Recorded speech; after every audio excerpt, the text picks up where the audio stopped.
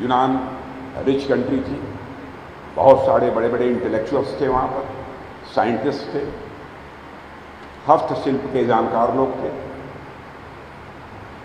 और बहुत अच्छे अच्छे लोग वहाँ पर रहते थे।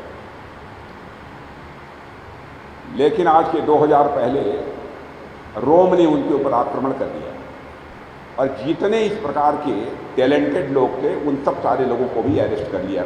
कई लोगों को अरेस्ट किया, कई लोगों को गुलाम बनाया, लेकिन इन लोगों को भी गुलाम बनाया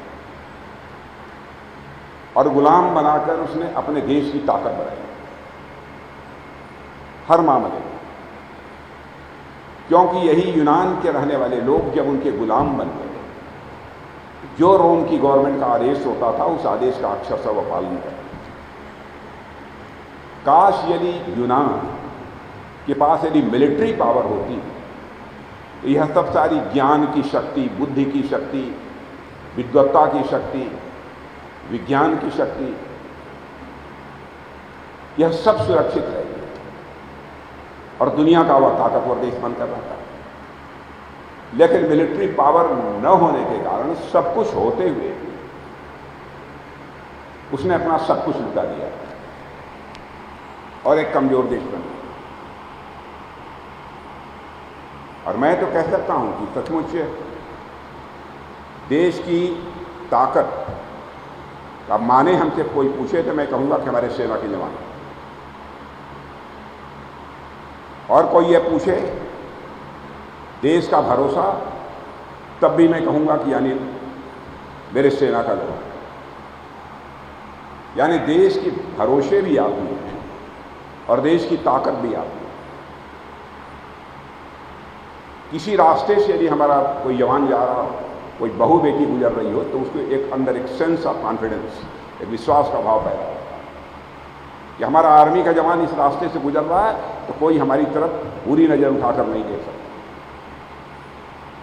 यह भरोसा और यह विश्वास लोगों का आपके प्रति रहता है।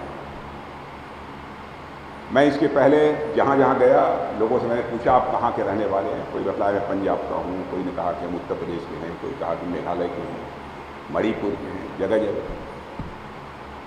लेकिन यदि एक कोई नारा लगाता था, पंजाब का भी यदि नारा लगाता, सारे लोग नारे लगाते। मणिपुर वाले ने कोई स्लोगन नारा दिया, सबने उस नारे को दोहराया। मैं कहाँ किस स्टेट से आया हूँ, किस कास्ट का हूँ, किस कलर का हूँ, कोई मतलब नहीं। नारा है देश की आन बान शान के लिए नारा है, सबने मिलकर नारा लगाया।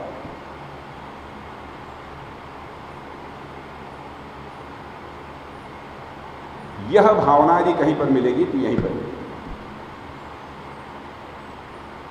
नेशनल स्पिरिट जिसे कहते हैं, राष्ट्रीय भाव, और मैं तो इसे राष्ट्रीय स्वाभिमान का भाव कहता हूं।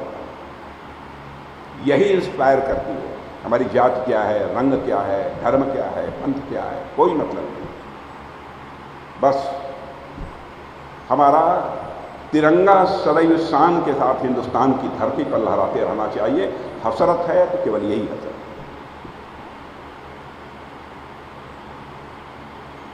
और मैं कह सकता हूं कि मित्रों, इस जिम्मेदारी का आप सब बखूबी निर्वाह कर रहे हैं।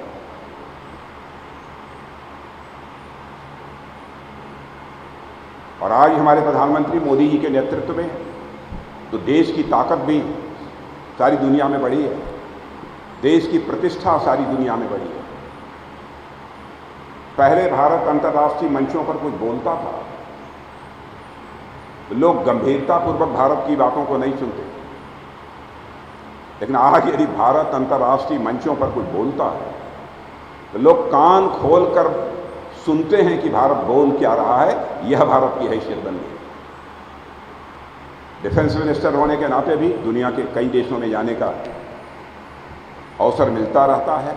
मैं देखता हूं, इसके पहले भी मैं गया और अब भी मैं जाता हूं, लोगों के हाव भाव बदले रहते हैं। यह क्यों बढ़ी है? समय समय पर जो आपने शौर्य और पराक्रम दिखाया है, यह उसका भी नतीजा है। केवल इसलिए नहीं कि जो भारत आज के 10, 12, 14 वर्षों पहले दुनिया के 12 आर्थिक दृष्टि से ताकतवर देशों में आता था, आज वह भारत दुनिया के 5 आर्थिक दृष्टि से ताकतवर देशों में आ गया है। केवल इस कारण नहीं है, यह भी एक कारण है। उनको इस बात का भी विश्वास है, मिलिट्री पावर के मामले में भारत सशक्त हुआ है।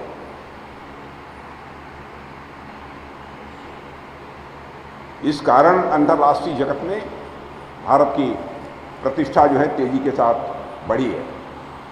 फ्रेंडली फॉरेन कंट्रीज का जहाँ तक सवाल है, फ्रेंडली फॉरेन कंट्रीज भी आपके ऊपर भरोसा करती हैं, विश्वास करती हैं। और मैं कह सकता हूँ, आपके पास पैसा भले ही न हो, कुछ न हो, सबसे बड़ी दौलत यदि आपके पास है, भरोसे की है, क्रेडिबिलिटी की है, साख की है, विश्वसनीयता की, सबसे बड़ी ताकत आपके पास।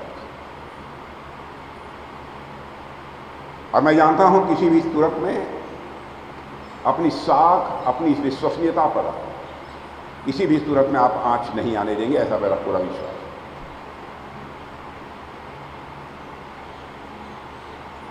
अब आज जब मैं यहां पर आया हूं तो